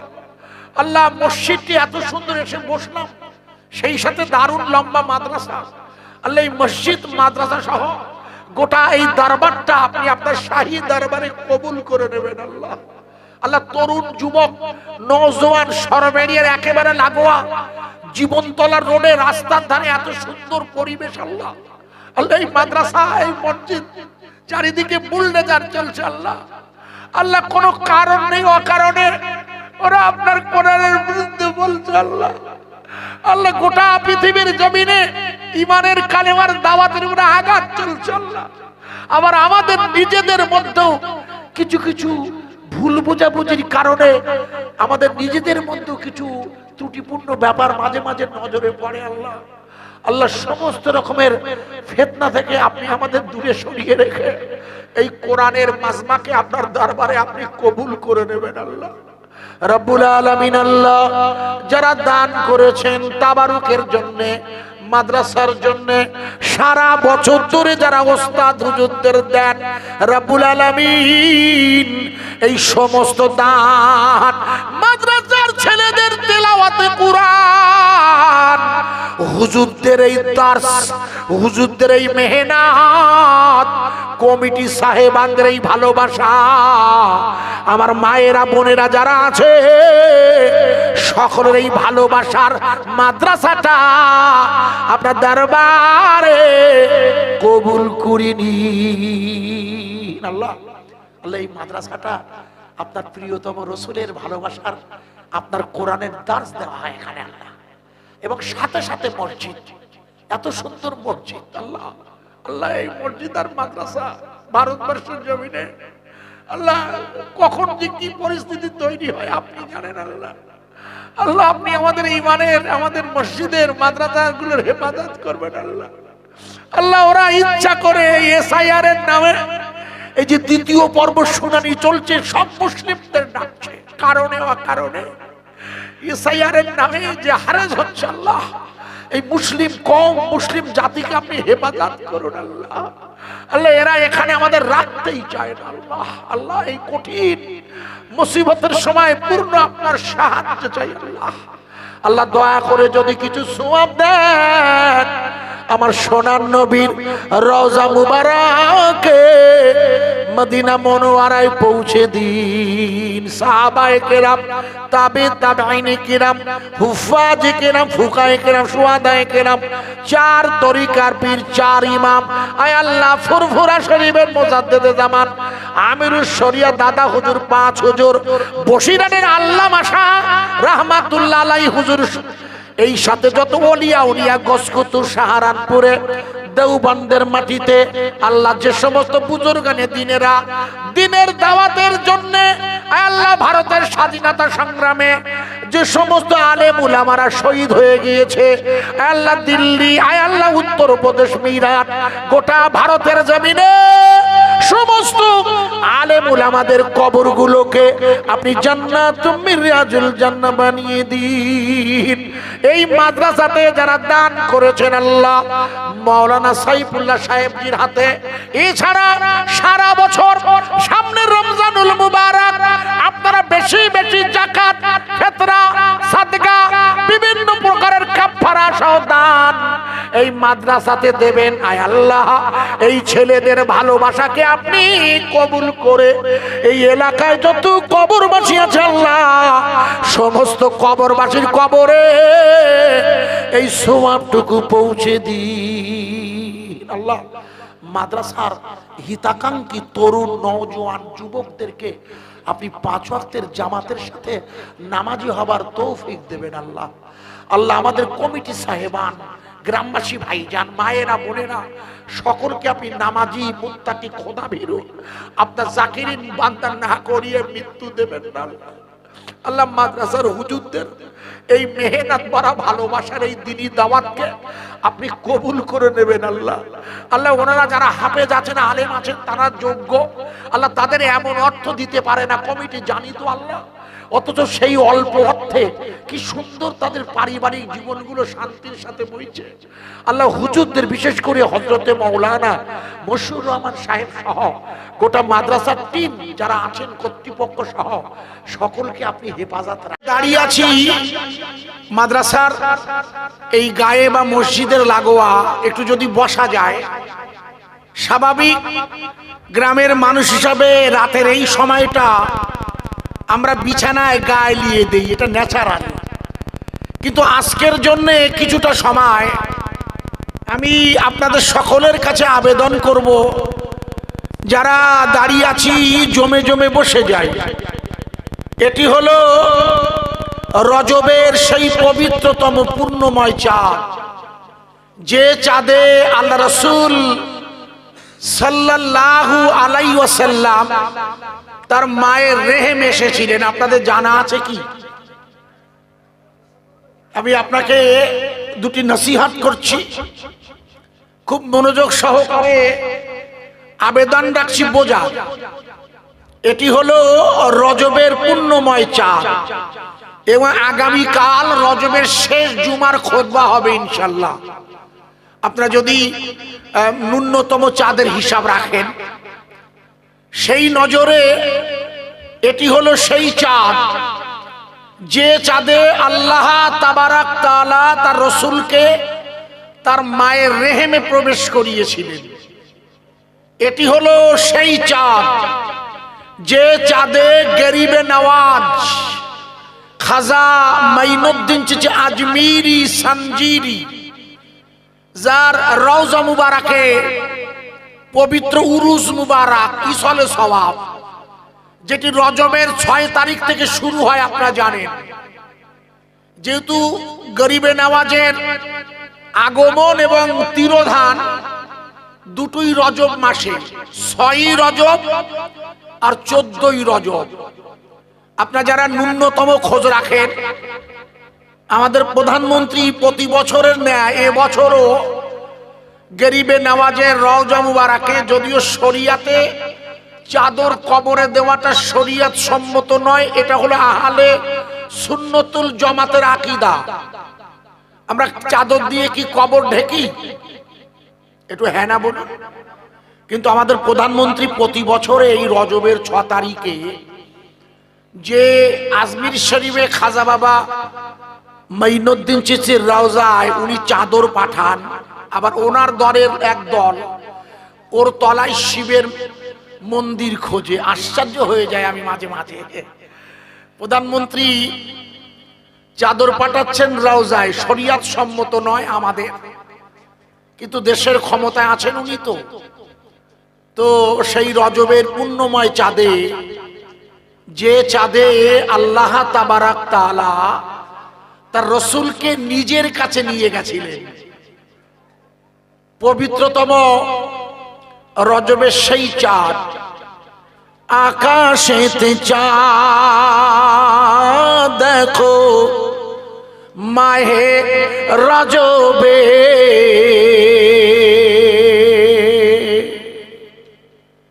এই চাঁদেতে মিরাজ হবে, কুরআনেতে আছে।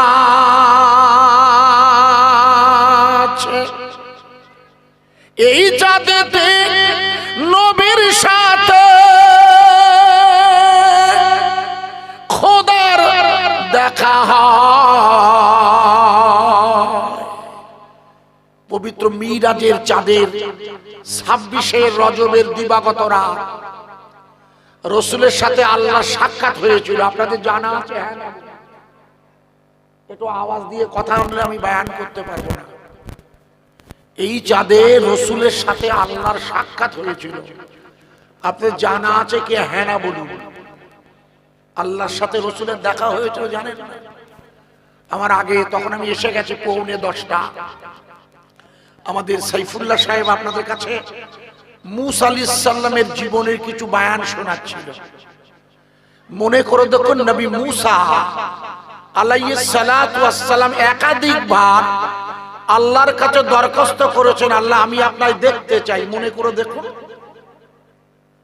অথচ মুসা আলাইহিস সালামকে আল্লাহ একবারও অনুমতি দেয় নাই যে আপনাকে আমি আমার সাথে সাক্ষাতের, যদিও বারবার বলার পরে মনে করে দেখুন তুর পাহাড়ে সাক্ষাৎ করতে গেলে, কিন্তু ঐতিহাসিকরা বলেছেন আল্লাহর পবিত্রতম নূরের তাজাল্লি অর্থাৎ নূরের তাজাল্লির ছটায় মুসা আলাইহিস সালাম অজ্ঞান হয়ে গিয়েছিলেন। মনে করে দেখুন, এক ডাকিছে নবী মুসা, খোদার শানে হবে দেখা। কার শানে? খোদা। এই কথা একটু বোঝানোর দরকার প্রথমেই। এই খোদা শব্দটা ফার্সি শব্দ, মনে রাখবেন। যেহেতু ইদানিং ভাষা নিয়ে চারিদিকে আন্দোলন চলছে, মানে বাংলা ভাষা বললেই বলছে বাংলাদেশি, এই জন্য আপনাদের একটু জেনে রাখা ভালো, এই খোদা শব্দটা ফার্সি শব্দ। আপনারা নিশ্চয়ই আমার সাথে একমত হবেন, কলকাতার চিতপুরে একটা মসজিদ আছে, তার নাম না খোদা মসজিদ, আছে না ভাই? একটু হ্যাঁ না বলুন। না খোদা তার মানে অনেকে ভাবে এখানে খোদা নেই হয়তো, কিন্তু আসলে তা নয়। আসলে খোদা শব্দের মানে হলো, এই শব্দটির মানে করেছেন আমাদের স্বামী বিবেকানন্দ। বিবেকানন্দ উনি এটা দারুণ ব্যাখ্যা দিয়েছেন, আপনাদের জানা নাই, রাত হচ্ছে, আমি সংক্ষিপ্ত যতটুকু করতে পারি। খোদ ইয়া অর্থাৎ যিনি নিজে নিজে সৃষ্ট, তাকে বলে খোদা। কথা বোঝা যাচ্ছে? হ্যাঁ না বলুন আগে। যিনি নিজে নিজে সৃষ্ট তাকেই খোদা, যাকে আমরা আল্লাহ বলি। আমার আল্লাহ নিজে নিজে সৃষ্ট না? হ্যাঁ না বলুন। আরে আল্লাহকে কেউ সৃষ্টি করেছে না? আল্লাহকে সৃষ্টি করলে সমস্যা তো। এই জন্য স্বামী বিবেকানন্দ বলেছেন সৃষ্টিকর্তা হলো স্বয়ম্ভু। সৃষ্টিকর্তা কি? মুখস্থ করেন, স্বয়ম্ভু। দন্তুস্ব বফলা অন্ততস্য ময় ভয়। স্বয়ম্ভু মানে হলো যিনি নিজে নিজে সৃষ্ট। একমাত্র আল্লাহ ছাড়া আর সব সৃষ্টি হয়েছে না? হ্যাঁ না বলুন। এই জন্য আমার আল্লাহই হলেন একমাত্র খোদা। আমি এই বোঝানোর জন্য আপনাকে বলছি, এই চাঁদেতে নবীর সাথে খোদার দেখা হয়। আমরা সবাই আছি বসে মাদ্রাসা মুহাম্মাদিয়া, দূর ভারতে আছি বসে সরবেরিয়ার কাছে যে সবাই মিলে পড়ি দরুদ যাবে মদিনাতে। আল্লাহুম্মা সাল্লি আলা, একটু জোরে বলুন, সাইয়্যিদিনা মাওলানা মুহাম্মদ সাল্লাল্লাহু আলাইহি ওয়াসাল্লাম ওয়া আলা আলি সাইয়্যিদিনা মাওলানা মুহাম্মদ সাল্লাল্লাহু আল্লাহ রাসূলের নাম শুনে দরুদ শরীফ পড়তে হয়। দরুদ শরীফ বলে কি হয়? এতদিন ধরে তো আপনাদের ওয়াজ নসিহত শুনছেন, দরুদ শরীফ পড়লে গুনাহ মাফ হয়। কি হয়? এই জন্য আগামীকাল শুক্রবার, আর আমি নিজে যা না করি তা আমি ওয়াজ করি না, আমার বরাবরই স্বভাব। আগামীকাল শুক্রবার জুমা, আল্লাহ যদি হায়াতে রাখেন, মনে করে দেখুন জুমার দিন আসরের নামাজের বাদে আমি নিজে আমল আমি করি বলে বলছি, আপনি চেষ্টা করবেন জুমার দিন আসরের নামাজের বাদে মসজিদে অথবা যদি বাড়িতে কোনো কারণে জরুরতে পড়তে হয়, আর মেয়েরা তো পড়বেনই বাড়িতে, একটি দরুদ শরীফ পড়বেন।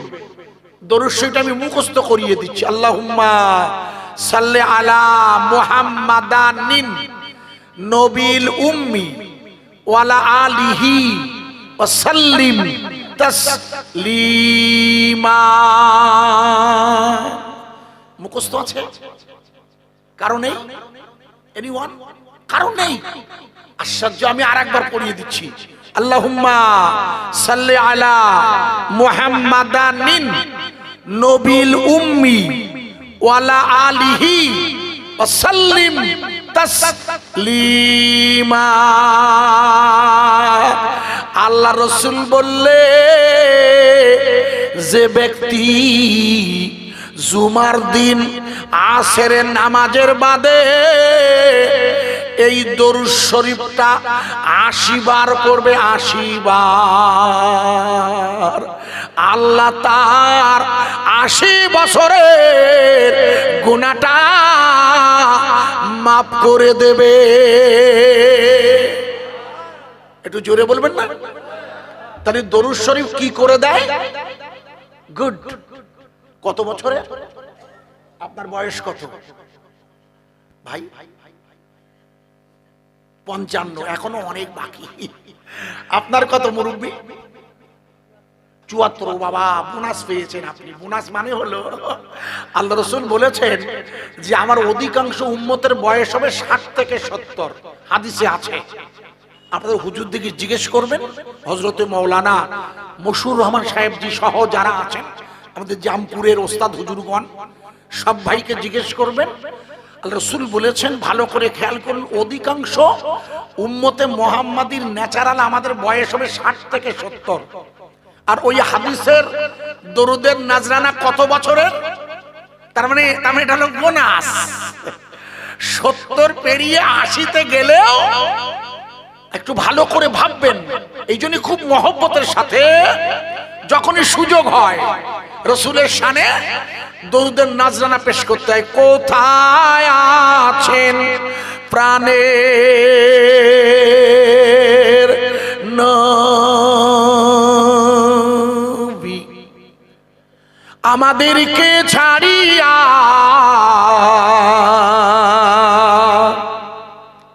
আপনি বিনা কি লাভ হবে,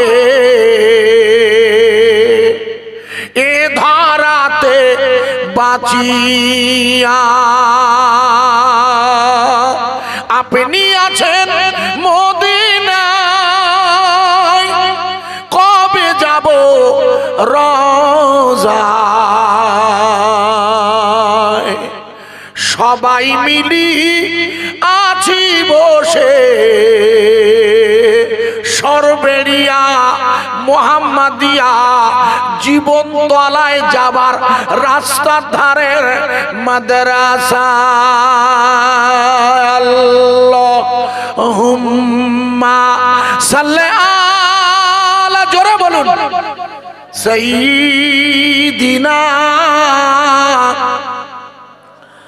মাওলানা মুহাম্মদ সাল্লাল্লাহু আলাইহি ওয়াসাল্লাম ওয়া আলা আলি সাইয়্যিদিনা মাওলানা মুহাম্মদ সাল্লাল্লাহু আলাইহি ওয়াসাল্লাম। আউযু বিল্লাহি মিনাশ শাইতানির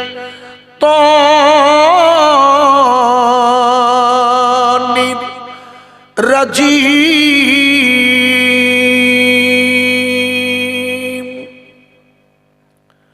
বিসমিল্লাহির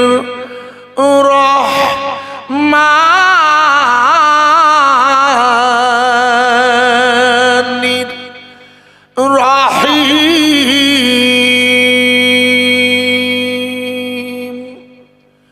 সুবহানাল্লাযী আসরা বিআবদিহি লাইলাম মিনাল মসজিদিল লাইলাম মিনাল মসজিদিল হারামি ইলাল মসজিদিল আকসা ইলা আখিরিল আয়াত। সম্মানিত, আমাদের এই পবিত্রতম একটি সুন্দর মসজিদ এবং মাদ্রাসা, বিশ্বাস করুন এত সুন্দর করে, যেহেতু প্রতি রাতে কোথাও না কোথায় এই, যেহেতু এটা মেহফিলের সময় এখন, এই জন্যে বিভিন্ন জায়গায় যাই, কিন্তু আপনাদের এই মাদ্রাসা এবং মসজিদ একটি সুন্দর, একেবারে জান্নাতের এই পবিত্রতম বাগানের এই সুন্দরতম দিনী মাজমাতে আমি গুনাহগার মোহাম্মদ আজিজুর রহমান, বসিরহাটের ইটিন্ডায় আমার বাড়ি, একেবারে বাংলাদেশের ওই রোডের উপরে। আমি গুনাহগার, আপনাদের কাছে দুটি নসিহত করব, খুব মন দিয়ে। রাতের এই ভাগ একটু যদি শোনা যায় খুব উপকার হয়। যদি দিনের দাওয়াতের এই পদ্ধতিটা আমি চেষ্টা করছি আপনাদের কাছে আমার তরফ থেকে বায়ানের মধ্যে দিয়ে কিছু কথা রাখার, খুব মন দিয়ে, আশা করা যায় শুনলে আশা রাখছি উপকার হবে। এই জন্যে কেন আমি একটুখানি আপনাকে আগে প্রথমে বুঝিয়ে নিই ভালো করে, ছোট করে, তাহলে বোঝা যাবে না। আপনারা ভালো করে ভেবে দেখুন, এই মুহূর্তে পৃথিবীতে, এই মুহূর্তে 300 কোটির মতো, 300 কোটি, একাত নয়, প্রায় 300 কোটির মতো মুসলমান বসবাস করে এই পৃথিবীতে। ভালো করে খেয়াল করবেন, আপনারা লিখে নিন। ইউরোপের বিজ্ঞানীদের গবেষণা হলো, যারা ইউরোপের বিজ্ঞানী তারা গবেষণা করে বলেছে, আমি আপনাকে তথ্যটা শুনিয়ে দিই দু লাইনে। আপনারা নিশ্চয়ই একটা কথা একটু বললে মাথায় ঢুকবে। আপনারা মনে করে দেখুন, গোটা পৃথিবীর সাথে সাথে ভারতবর্ষের জমিনে বিভিন্ন রাজনৈতিক দল আর তাদের নেতারা কোনো কারণ নেই, কারণে অকারণে আল্লাহর কোরআনের উপরে এবং তার রাসূলের বিরুদ্ধে নানা রকমের বক্তৃতা করছে, তাই না ভাই? একটু হ্যাঁ না বলুন। আপনারা খুব ভালো করে, রাত হয়েছে তো আমি ছোট্ট করে বোঝাচ্ছি, আপনারা লক্ষ্য করে দেখুন, ভুল বুঝবেন না যেন। আপনারা, আমি একটু প্রশ্ন করলে উত্তর দেবেন। আপনারা বলুন, আজ পর্যন্ত সরবেরিয়ার ওই কোনাটায় একটু এগিয়ে গেলে পাঁচিলের মধ্যে খ্রিস্টান ভাইয়েরা, মায়েরা, তাদের ওখানে আছে খ্রিস্টান ধর্মীয় আপনাদের গির্জা বা তাদের ধর্মীয় অনুসারী অসংখ্য লোক ওখানে আছেন, কিছু মনে করবেন না। আজ পর্যন্ত আমরা কি কখনো খ্রিস্টান ধর্মের কোন ধর্মের ব্যাপারে, হিন্দু ধর্মের ব্যাপারে, ইহুদি ধর্মের ব্যাপারে আমরা কি কখনো কারদের বিরুদ্ধে বলেছি কখনো? একটু হ্যাঁ না বলতে হবে, তাহলে মুশকিল বোঝার জন্য আপনাদের চেষ্টা করছি বোঝাতে। আপনার লক্ষ্য করে দেখুন, আজ পর্যন্ত আমরা কখনো অন্য কোন ধর্মের বিরুদ্ধে বলি না। খুব ভালো করে শুনবেন। অথচ দুর্ভাগ্য এবং বাস্তব হচ্ছে, পৃথিবীর সব শক্তি এখন এক হয়ে গেছে। লক্ষ্য করে দেখুন, গোটা পৃথিবীর সমস্ত শক্তি এক হয়ে এরা লা ইলাহা ইল্লাল্লাহর কালেমার দ্বীনি তাবলীগ, দ্বীনি দাওয়াত, যেটা আল্লাহ রাসূলের মধ্য দিয়ে পৃথিবীতে পাঠিয়েছেন কুরআনুল কারীমের দ্বারা, গোটা বিশ্বের সমস্ত তাগুত শক্তি এক হয়ে ওরা লা ইলাহা ইল্লাল্লাহর কালেমার দাওয়াত বন্ধ করতে চায়। ঠিক না বেঠিক?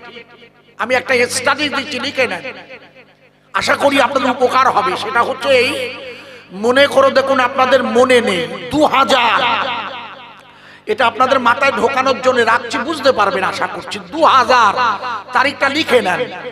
2025-এর মার্চ মাস, এটা হলো 2026-এর, আজ হচ্ছে জানুয়ারি, আপনারা সবাই জানেন 15 তারিখ, কাল 16 হবে, 12টা বাজলে 16 হয়ে যাবে। যাই হোক, তো জানুয়ারি নয়, 2025-এর আপনাদের মনে আছে কি? মনে করে দেখুন, মার্চ মাস, যে সময় গত রমজানুল মুবারকের রোজা পড়েছিল আমাদের, মনে করে দেখুন, সেদিন ছিল 27-এ লাইলাতুল কদর, আমাদের ওলামাদের মতে কোরআন নাজিলের রাত। যেহেতু রমজানুল মুবারকের কদরের কোন এক রাতে কোরআন নাজিল হয়েছে। কোরআন নাজিল হয়েছে কোথায়? একটু হ্যাঁ না বলুন। জানেন না? আশ্চর্য, কোরআন নাজিল হয়েছে আল্লাহ রসুলের কলবে। খুব ভালো করে ওয়াজ বুঝবেন, তাহলে মুশকিল। কোরআন জিবরিল রসুলের কলবে নাজিল করেছেন। আশ্চর্য, এটা জানেন না? কোরআন কলবে নাজিল হয়েছে বলে আজ পর্যন্ত পৃথিবীর কোন শক্তি এখনো কোরআনের কোন জের জবর নোক্তার পরিবর্তন করতে পারেনি। খুব ভালো করে বুঝবেন, আজ পর্যন্ত পৃথিবীর কোন শক্তি কোরআনের জের জবর নোক্তার পরিবর্তন হয়েছে কি? হ্যাঁ না বলুন।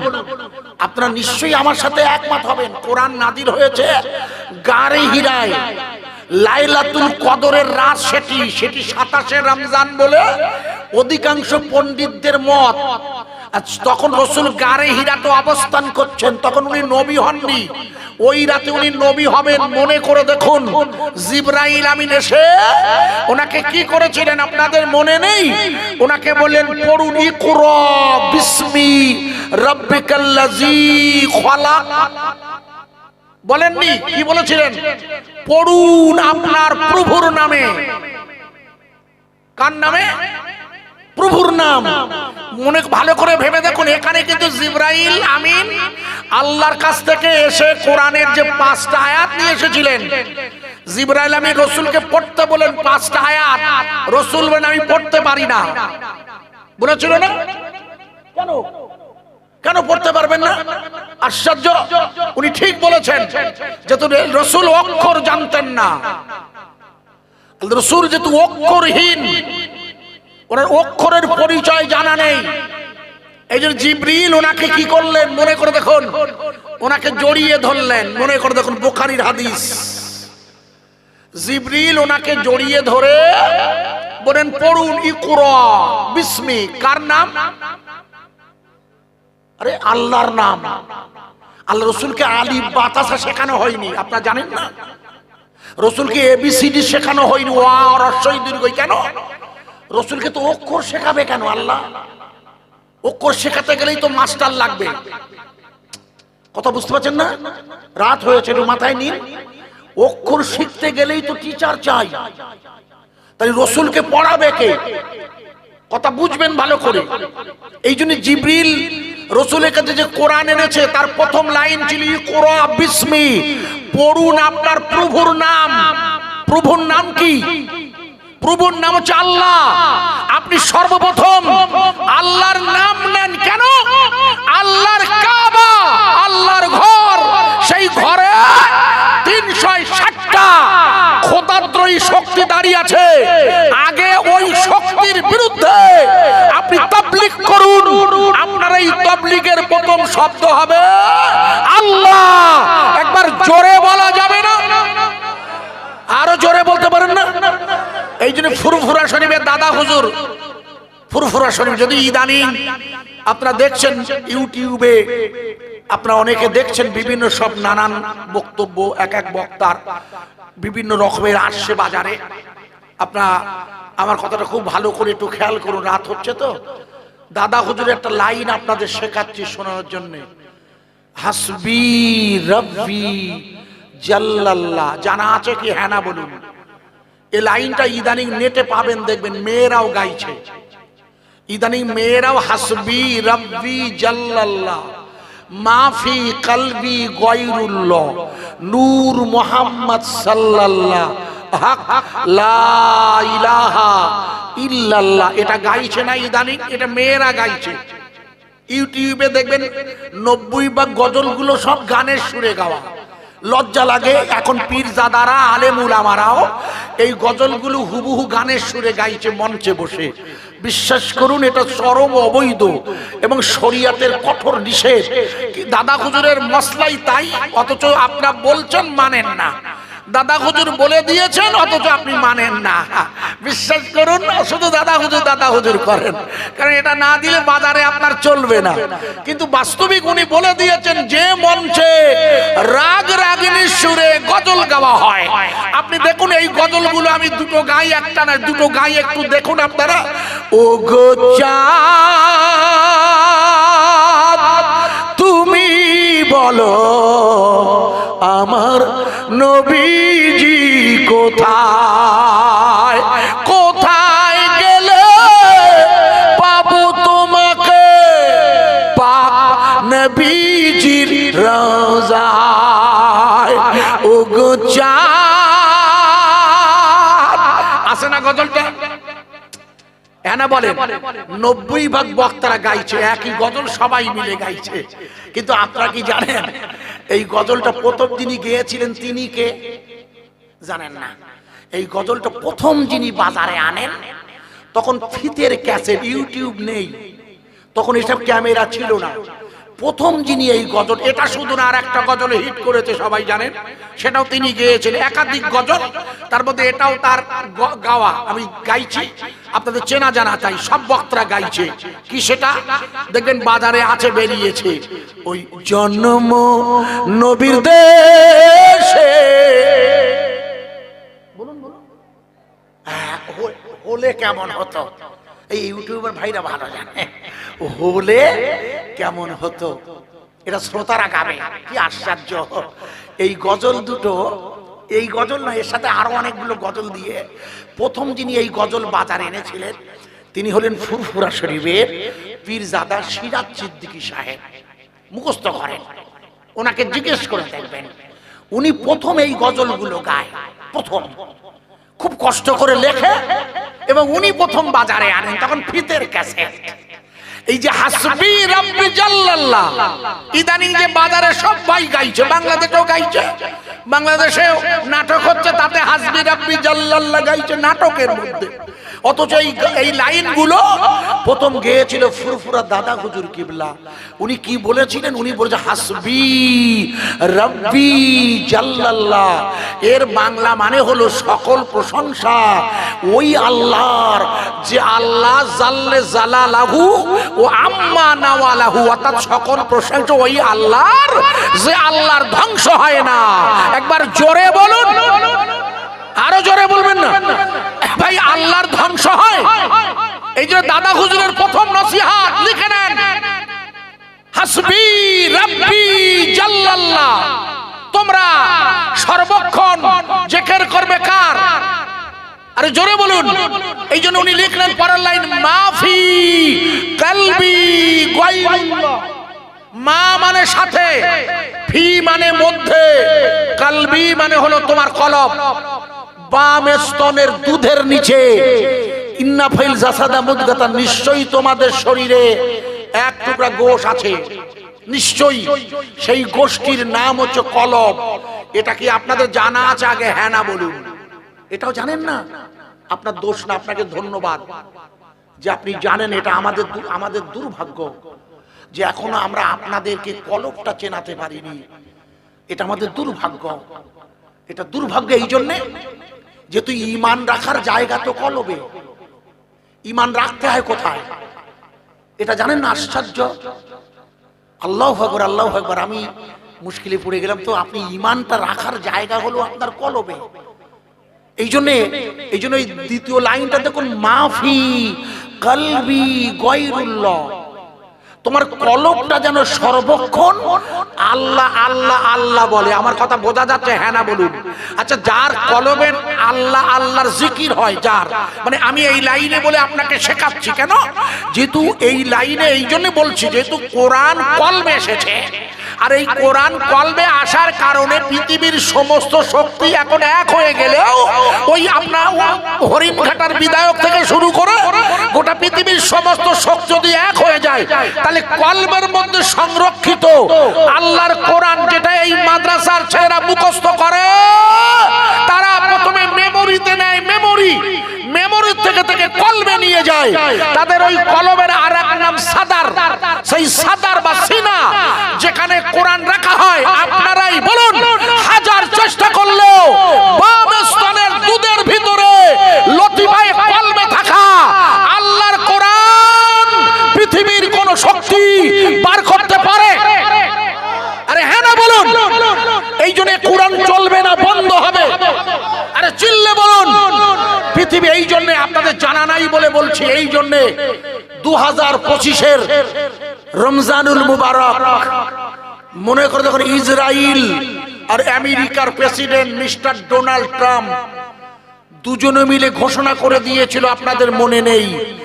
সামনে রোজা আসছে, 5ই ফাল্গুন প্রথম তারাবি, ইনশাআল্লাহ যদি আল্লাহ হায়াতে রাখেন, গত রমজানুল মুবারকের মাস, মনে করতে কোন আমেরিকার প্রেসিডেন্ট আর ইসরায়েলের নেতানয়াহুরা ঘোষণা করে দিয়েছিল বাইতুল মুকাদ্দিস